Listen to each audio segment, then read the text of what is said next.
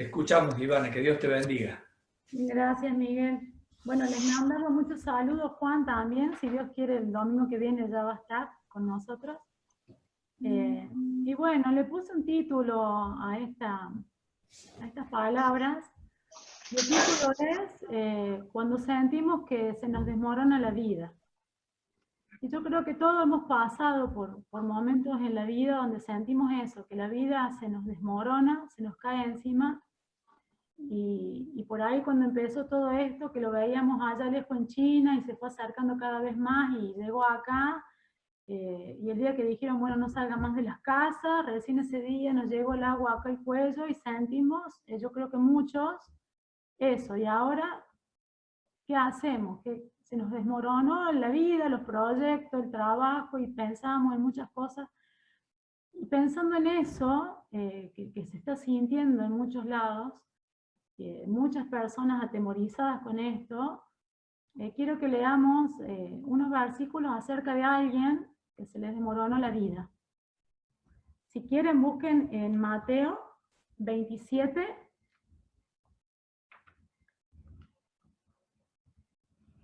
del 45 al 53. Mateo 27, del 45 al 53. ¿Están?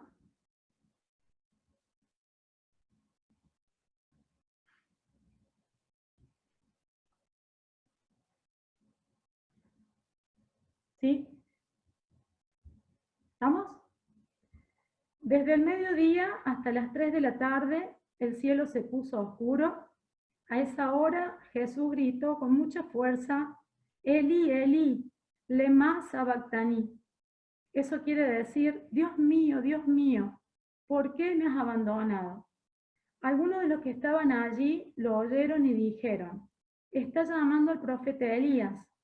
Uno de ellos buscó enseguida una esponja, la empapó con vinagre, la ató en el extremo de un palo largo y se la acercó a Jesús para que bebiera. Los demás que observaban le dijeron, déjalo, vamos a ver si Elías viene a salvarlo. Jesús lanzó otro fuerte grito y murió. En aquel momento, la cortina del templo se partió en dos, de arriba a abajo. La tierra tembló y las rocas se partieron. Las tumbas se abrieron y muchos de los que confiaban en Dios y ya habían muerto, volvieron a vivir.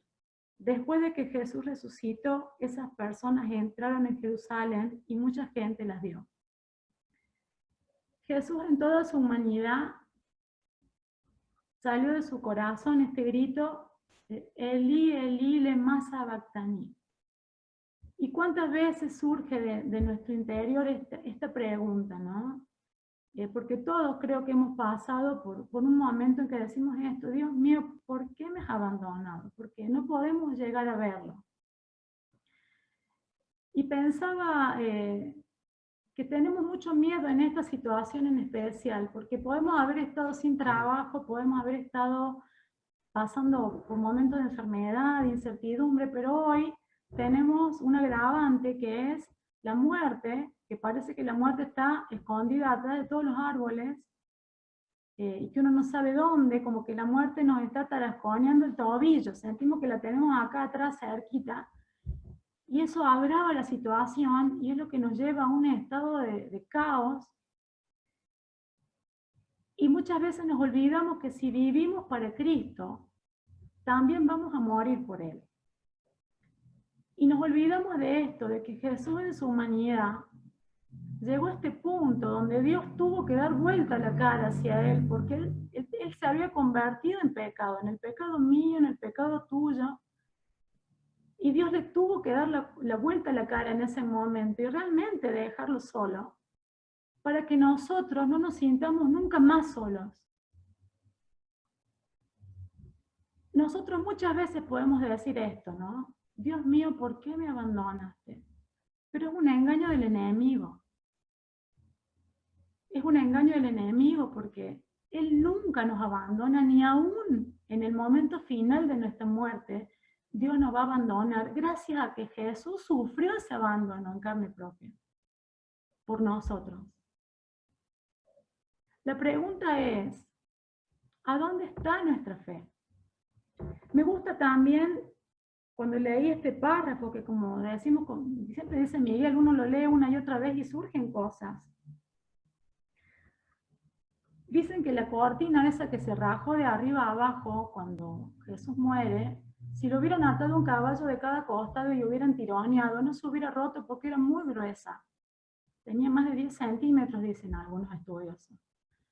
Se rompió de arriba a abajo esa cortina que dividía, ¿no?, el lugar santísimo, que solo pocos tenían acceso. Cuando muere Jesús, se rompe porque a partir de ese momento todos tenemos acceso a la presencia de Dios. Y Dios está, todo el tiempo está con nosotros. Y me impactó mucho cuando dice que los otros evangelios no aparece esta parte, pero cuando dice acá, las rocas se partieron, las tumbas se abrieron y muchos de los que confiaban en Dios y ya habían muerto volvieron a vivir. Yo no me imagino esto como una escena de zombies, ¿no? Saliendo del cementerio, arrastrándose. Yo no sé cómo habrá sido, pero la traigo a hoy a esos versículos. Y muchos de los que confiábamos en Dios, nos hemos muerto de miedo, de incertidumbre.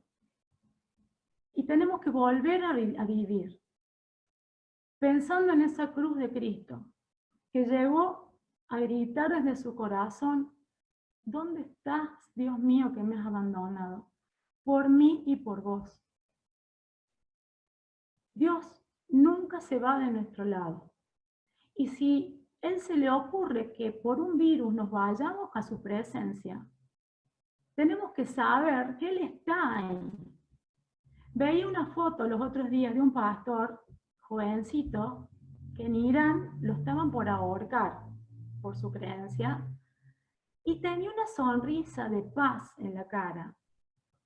Y yo le decía a Juan, ay, mira el testimonio, mira la paz que tiene este tipo y lo van a matar.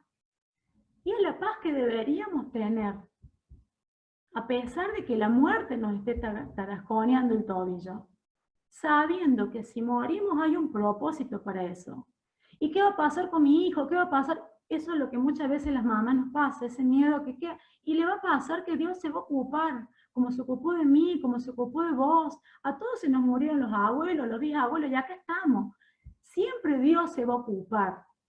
Y para Dios todo tiene un propósito. Por otro lado, leía en Mateo 13, si quieren buscar, del 54 al 58. Mateo 13, del 54 al 58. Dice, llegó a su pueblo y comenzó a enseñar en la sinagoga. La gente estaba tan sorprendida que algunos decían, ¿dónde aprendió este hombre tantas cosas? ¿Cómo puede hacer esos milagros? Otros decían, pero si es Jesús, el hijo de José carpintero, su madre es María, y sus hermanos son Santiago, José, Simón y Judas. Sus hermanas aún viven aquí. ¿Cómo es que Jesús sabe tanto y puede hacer milagros? Pero ninguno de los que estaban allí quiso aceptar las enseñanzas de Jesús. Entonces él dijo, a un profeta se le respeta en todas partes, menos en su propio pueblo y en su propia familia.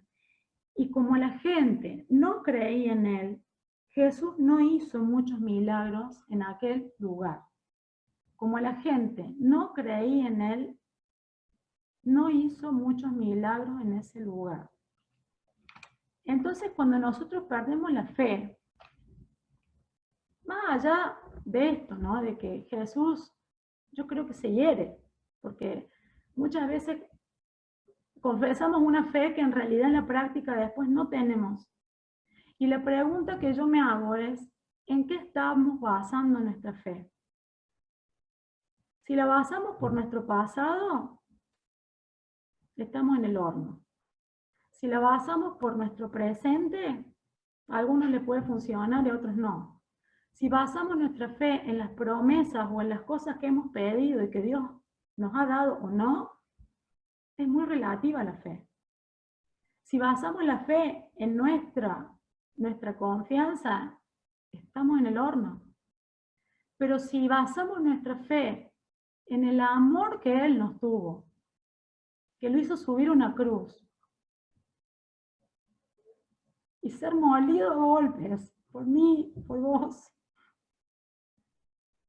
hasta el punto de decir, Dios mío, ¿dónde me has abandonado? Si basamos nuestra fe en ese amor y caminamos con Él, como decía el otro día Miguel, y me gustó esa frase, que fe es caminar de su mano, confiado, aunque yo no entienda las cosas, pero caminar confiado, con una sonrisa en la cara, confiando realmente en Él, que si me amo tanto para llegar a ese punto de dar su vida por mí y sufrir, dar hasta su última gota de sangre, ¿por qué desconfiamos? Y encontré unas palabras que le dijo a Pedro, que cuando las leí siento que me las decía a mí. Busquen en Lucas 22. Lucas 22, del 31 al 34. Lucas 22, del 31 al 34. Había transcurrido la última cena, había cenado él con los discípulos. Y miren lo que dice. Después dice, Jesús le dijo a Pedro, Pedro, escucha bien, Satanás ha pedido permiso a Dios para ponerles pruebas difíciles a todos ustedes, y Dios se lo ha dado. Pero yo he pedido a Dios que te ayude para que te mantengas firme. Por un tiempo vas a dejarme solo, pero después cambiarás. Cuando eso pase, ayudarás a tus compañeros para que siempre se mantengan fieles a mí. Enseguida Pedro le dijo, Señor, si tengo que ir a la cárcel contigo iré, y si tengo que morir contigo moriré. Y Jesús le dijo, Pedro, hoy mismo, antes de que el gallo cante, vas a decir 3 veces que no me conoces. Jesús ya sabía esta inestabilidad que tenía Pedro y que tenemos todos en los momentos difíciles. Jesús sabía que nosotros decimos mucho que sí, pero cuando las papas queman, no sé cuál va a ser nuestra reacción. Él sabía todo esto. Y antes de ir a la cruz y de sufrir todos los tormentos, le dice a Pedro esto. Satanás le pidió permiso a Dios para ponerles pruebas difíciles a todos ustedes y Dios se lo dio, pero yo he pedido a Dios que te ayude para que te mantengas firme. Jesús ya estaba abogando por nosotros antes de subir a la cruz. Ya le pidió a Dios que nos ayudara para mantenernos firmes. Y yo les pido que cierren los ojos. Cierren los ojos un segundo. Y quiero que tomen estas palabras como propias. El título en esta Biblia dice, manténganse firmes. Después Jesús le dijo a Mónica, Marcela, Mario, Mariana, Fabián, Joa, Norma, Daniel, Miguel, Miri. Jesús le dijo a ellos, escuchen bien, Satanás ha pedido permiso a Dios para ponerle pruebas difíciles a todos ustedes y Dios se lo ha dado. Pero yo he pedido a Dios que los ayude para que se mantengan firmes.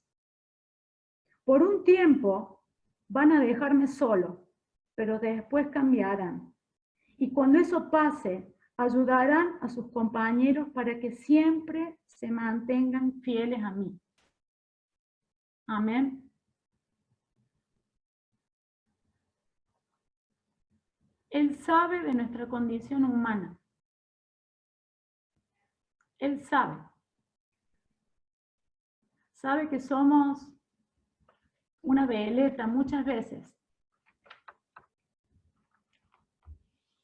Él sabe lo que hay en nuestro corazón y nuestros miedos, pero Él siempre está interviniendo por nosotros ante Dios. Y gracias a Él, Dios siempre está con nosotros. Nunca nos abandona. Aunque a veces nosotros, el enemigo, nos llene la cabeza diciéndonos que sí. Y el desafío es para nosotros como cristianos en estos tiempos es fortalecernos y seguir firmes, sobre todo para los más nuevitos. Y como decía la primera lectura, volver a nacer, ¿sí? Salir de las tumbas, de la muerte, del miedo, de la incertidumbre, de la duda, que si Dios está, que si no está. ¿Sí? Para ir a Jerusalén, para ir a donde estemos, para ir a nuestra casa, para ir a nuestro barrio, a hablar de que Jesús dio su vida por mí y por vos, para que no tengamos más terror, porque hasta la muerte perdió poder, ya no podemos tenerle miedo ni a la muerte, porque Jesús ya la pasó por mí y por vos. Eso es lo que me habló Dios en estos días. Porque es también, al principio había mucha efervescencia, pero muchos cristianos también que estaban muy muertos volvieron a renacer, y nosotros que veníamos tibios, tenemos que tener fuerza, porque hay muchos que están tambaleando, muchos que están tambaleando. Así que yo creo que parte de nuestras oraciones tienen que ser esa, ¿no? De ayúdame con mi inestabilidad, ayúdame con mi falta de fe, ayúdame cuando yo me olvido de que vos también un día dijiste, Elí, Elí, lema sabactani. Amén.